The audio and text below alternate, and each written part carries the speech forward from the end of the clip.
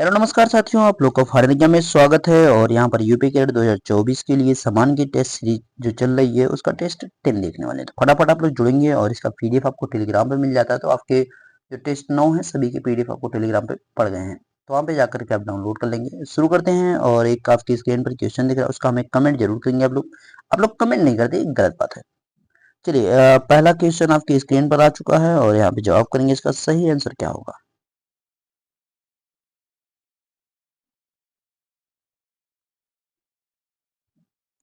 भारत का राष्ट्रीय युद्ध स्मारक कहाँ स्थित है? Where is the national war memorial of India? देखो, नेशनल वार मेमोरियल की बात की जा रही है, कहाँ पर लोकेट करता है उसकी बात की जा रही है। तो ये आपका राष्ट्रीय राजधानी जो आपका दिल्ली है वहां पर है।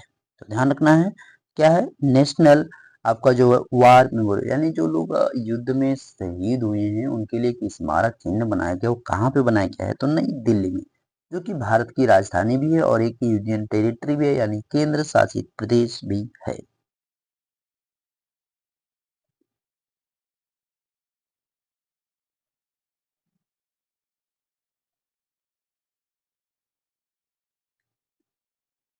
जनमत संग्रह के आधार पर निम्न में से किस रियासत को भारत में शामिल किया गया था? Which of the following princely state was include in India on the basis of free freedom? देखो, है क्या कि यहाँ पे जनमत संग्रह की मतलब वहां की जनता के द्वारा जो है कहा गया कि भैया आप किस में जाना चाहोगे, पाकिस्तान में या भारत में शामिल होना चाहोगे।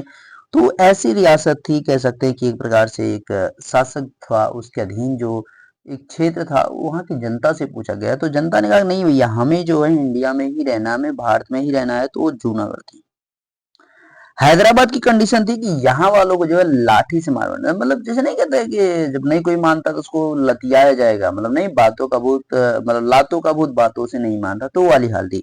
तो इनको बढ़िया लतियाया गया था। उसके बाद तब जाकर के समझ में, अच्छा हमको भारत में रहने के लिए कहा जा रहा है, तब उनको समझ में आया। तो उससे पहले उनको समझ में नहीं आ रहा था।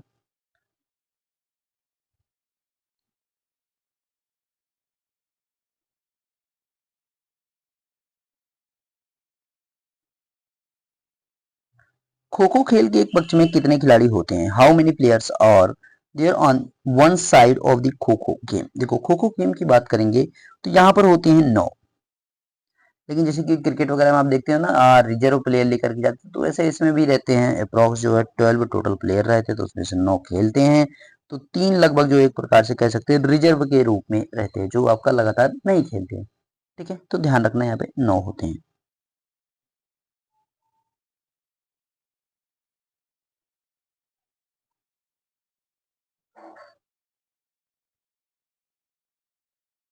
नील आर्मस्ट्रॉन्ग चंद्रमा पर किस वर्ष पहुंचे थे? In which year did Neil Armstrong reach the moon? तो नील आर्मस्ट्रॉन्ग जो किस वर्ष चांद पर पहुंचे थे उसकी बात की जा रही थी। यहाँ पे राइट आंसर क्या हो जाएगा? 1969 हो जाएगा। ठीक है, तो ये 20 जुलाई 1969 को जो है चांद पर पहुंचे थे और एक यान था, उस यान का नाम था अपोलो 11। ठीक है, अपोलो 11 से जो है चांद पर पहुंचे थे, ये चीज ध्यान रखिएगा। और नील आर्मस्ट्रॉन्ग जो है यहाँ पे आपको जो भेजे गए थे वो आपके सोवियत संघ यानी यूएसएसआर से थे, यानी जो आपका वर्तमान में रूस है वहां से। ठीक है, एल्ड्रीन जो है सेकेंड पर्सन थे जो इनके साथ गए थे, तो उनका तो कोई नाम ही नहीं लेता भैया, यही तो दुख होगा उनको और उनके बच्चों को भी।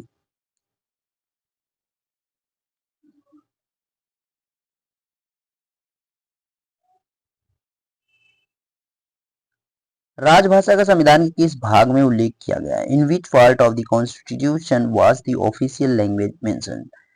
तो राजभाषा की बात की जा रही है, ऑफिशियल लैंग्वेज की बात की जा रही है, तो ये कौन से जो है आपके भाग में शामिल किया गया है? तो 17 नंबर वाले भाग में इसको शामिल किया गया है। ठीक है, तो ध्यान रखना है, राजभाषा है आपकी, वो क्या है? हिंदी है, ऑफिशियल लैंग्वेज है इसको। ठीक है, लेकिन इसको ज्यादातर लोग नहीं मानते क्योंकि इंग्लिश में ही ज्यादातर काम किया जाता है। अब यहाँ पे अगर बात हम लोग करेंगे 10 नंबर वाला जो है, 10 नंबर वाला किससे है? तो ये एस सी एस टी है जो उससे रिलेट करता है। ठीक है, जो एस सी एस सी आपके एक्ट हैं या उनसे रिलेटेड जो एक्ट है उनके बारे में जो चीजें दी गई हैं वो भाग 10 में। भाग जो 12 आपका है उसमें जब हम बात करेंगे तो उसमें फाइनेंस की बात की गई, यानी वित्त की बात की गई। भाग जो 15 है उसकी जब हम लोग बात करते हैं तो इसमें इलेक्शन की बात की गई, इलेक्शन कमीशन की बात की गई है। ठीक है, निर्वाचन की बात की गई है। तो ये चीज आपको ध्यान रखना है।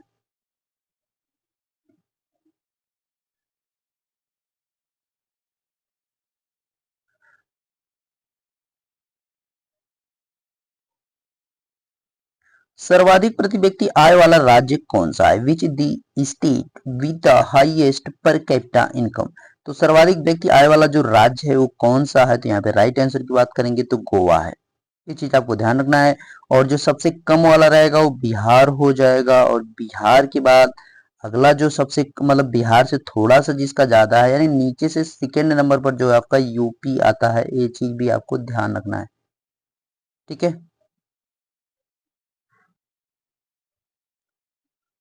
तो यहाँ पे अगला प्रश्न आपकी स्क्रीन पर है और इसका आप लोग उत्तर करेंगे कि इसका सही आंसर क्या होगा।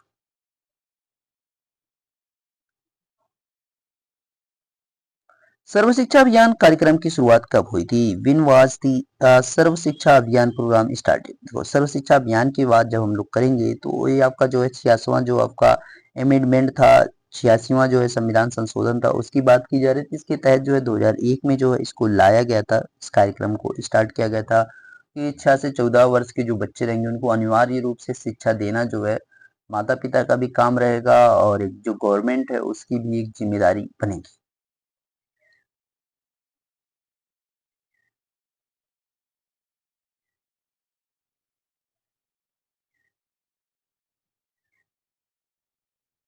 झीलों का देश किसे कहा जाता है? Which is called the country of lakes.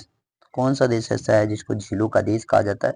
होता क्या है कि वहां पे समुद्र तट के किनारे छोटे छोटे ऐसे गड्ढे बने रहते हैं, ठीक है, ढेर सारे गड्ढे ऐसे बने रहते हैं। तो जब समुद्र की लहरें ऐसे आती है ना, तो इन गड्ढों में क्या होता है, पानी भर जाता है। तो उससे क्या होता है, छोटी छोटी झीलों के जैसा जो है आपको एक आकार दिखने लगता है, तो उन्हीं को कहा जाता है झीलों का देश, ठीक है।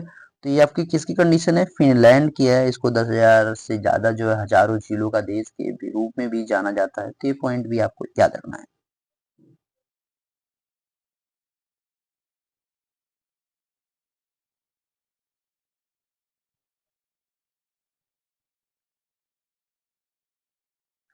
पेरिस शहर किस नदी के किनारे अवस्थित है? On the bank of which river is the city of Paris located. देखो, अब पेरिस की बात की जा रही है। पेरिस फ्रांस की राजधानी पेरिस है, तो उसकी बात की जा रही है।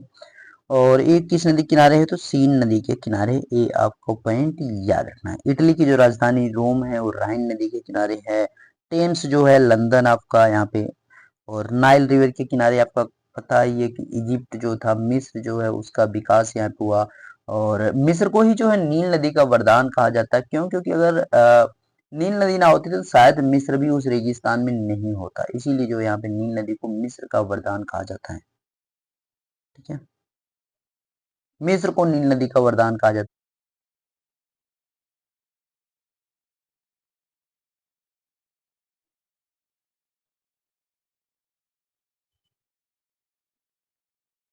प्रश्न दे रखा है सिलिकॉन वैली किस देश में है? In which country is Silicon Valley located. देखो, सिलिकॉन वैली की बात की जा रही है, किस देश में है? तो ये आपका जो है अमेरिका में है, सिलिकॉन वैली है, ठीक है, सिलिकॉन की घाटियां हैं, ठीक है। तो ध्यान रखना है यहाँ पर कहाँ पे है, अमेरिका में है, यूएसए में, जो कैलिफोर्निया वाला एरिया है उधर आपको ये देखने को मिल जाता है।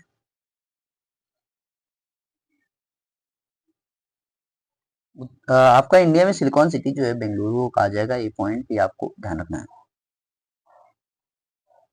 बॉर्डर और गवास्कर ट्रॉफी भारत और किस देश के मध्य खेली जाती है? Border and Gavaskar trophy is played between the India and which country. देखो, इंडिया और बात जब करेंगे किसके किसके बीच में खेली जाती है, तो बॉर्डर गवास्कर जो ट्रॉफी है, देखो बॉर्डर जो है आपकी ऑस्ट्रेलिया के थे, तो ऑस्ट्रेलिया और भारत के बीच ही ये खेली जाएगी। इस पॉइंट को भी आप ध्यान रखिएगा।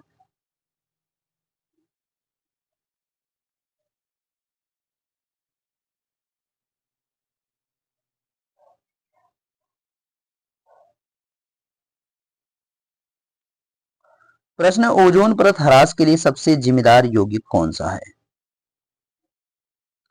तो ओजोन परत के लिए सबसे जो जिम्मेदार यौगिक है, which the compound most responsible for ozone layer. Ozone layer से मतलब यहाँ पे एक उसको जो ब्रेक किया जा रहा है उस पार्ट की बात की जा रही है। तो कौन सी गैस है सबसे खतरनाक वाली? है सीएफसी। जो आपके रेफ्रिजरेटर होता है उनसे जो गैस आपकी निकलती है, हम लोग को लगता है ना रेफ्रिजरेटर से मतलब बहुत फायदेमंद है, लेकिन वो बहुत ज्यादा हानिकारक भी है। तो उससे जो आपकी क्लोरोफ्लोरोकार्बन निकलती है वो बहुत ही खतरनाक है। उसी से जो है सबसे ज्यादा जो है कह सकते हैं नुकसान हो रहा है ओजोन लेयर को।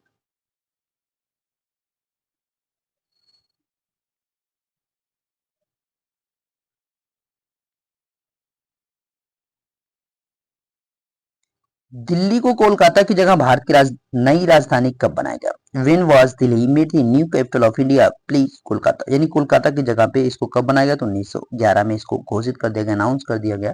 और वहां से भैया तब से क्या हो गया, दिल्ली को राजधानी स्थानांतरित कर दिया गया।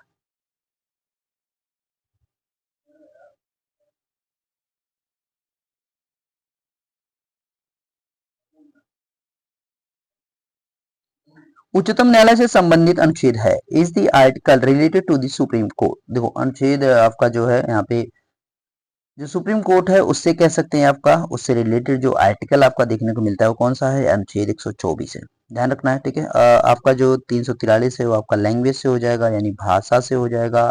110 जो है आपका मनी बिल से हो जाएगा, ठीक है। और अनुच्छेद 112 जो है आपका बजट से हो जाएगा। तो ये पॉइंट भी आपको याद रखना है।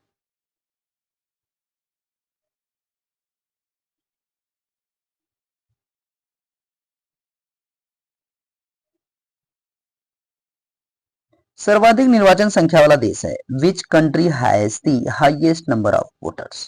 तो सबसे ज्यादा जनसंख्या वाला जो देश है इस समय, भारत वही है, ठीक है। जब चाइना था तब भी जो है भारत में ही सबसे ज्यादा जो है निर्वाचन वाले जो लोग थे वो थे। तो ध्यान रखना कहाँ पे, इंडिया ही हो जाएगा।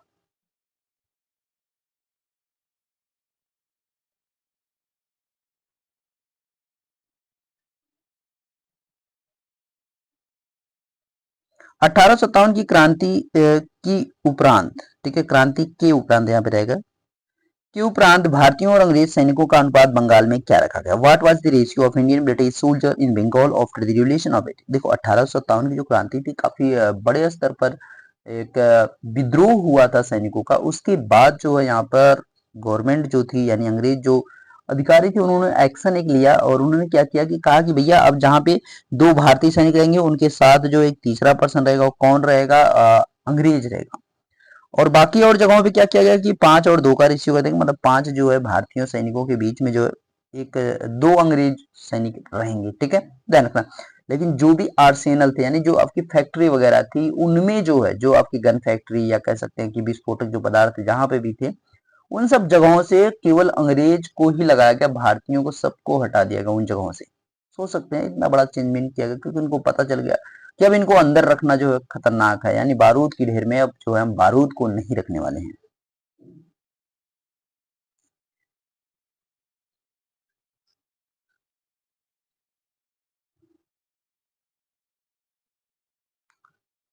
प्रतिवर्ष विश्व पोलियो दिवस कब मनाया जाता है? When is world polio day celebrated every year. तो पोलियो जो आपका कब मनाया जाता है? 24 अक्टूबर को मनाया जाता है। उस दिन आपका क्या होता है? संयुक्त राष्ट्र संघ भी होता है, ठीक है, संयुक्त राष्ट्र संघ दिवस।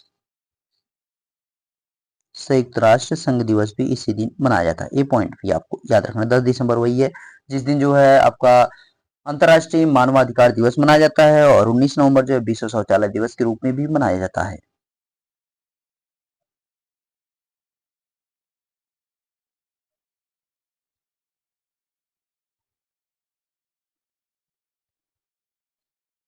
हाल ही में जारी वैश्विक इंटरनेट स्पीड में भारत के स्थान पर है।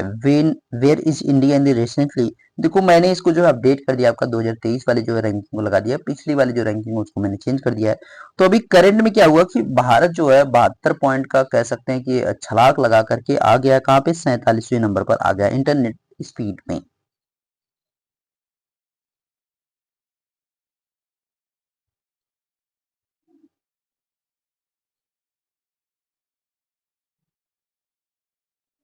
एशियन गेम्स 2023 में भारतीय हॉकी टीम के कप्तान कौन थे? Who was the captain of Indian hockey team in Asian games 2023?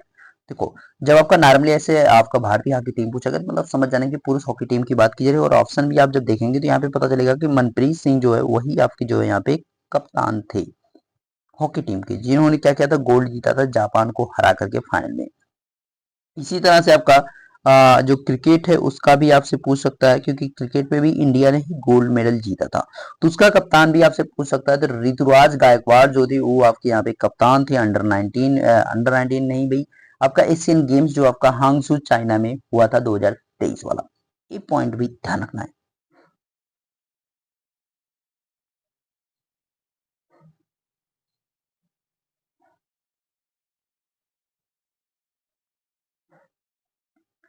पहाड़ी की मल्लिका के उपनाम से किस शहर को जाना जाता है? Which city is known by the nickname of the Mallika of hills? Mallika of hills किसे कहा जाता है? तो नागपुर के पठार में स्थित नेतरहाट को कहा जाता है। ठीक है, ये झारखंड में आपका पड़ता है, उसकी बात की जा रही है। तो ये पॉइंट भी आपको याद रखना। मसूरी को जो है पहाड़ों की रानी के रूप में जाना जाता है। ठीक है, और यहाँ पे पहाड़ों की जब मल्लिका की बात की जाए, पहाड़ी की मल्लिका, तो नेतरहाट को कहा जाता है। तो आपके सभी क्वेश्चन यहाँ पे कंप्लीट भी हो चुके हैं और इसी के साथ आपका वीडियो भी कंप्लीट हो चुका है। मिलते हैं नेक्स्ट वीडियो में, तब तक देखते रहेंगे final exam with Ashish sir. Thank you.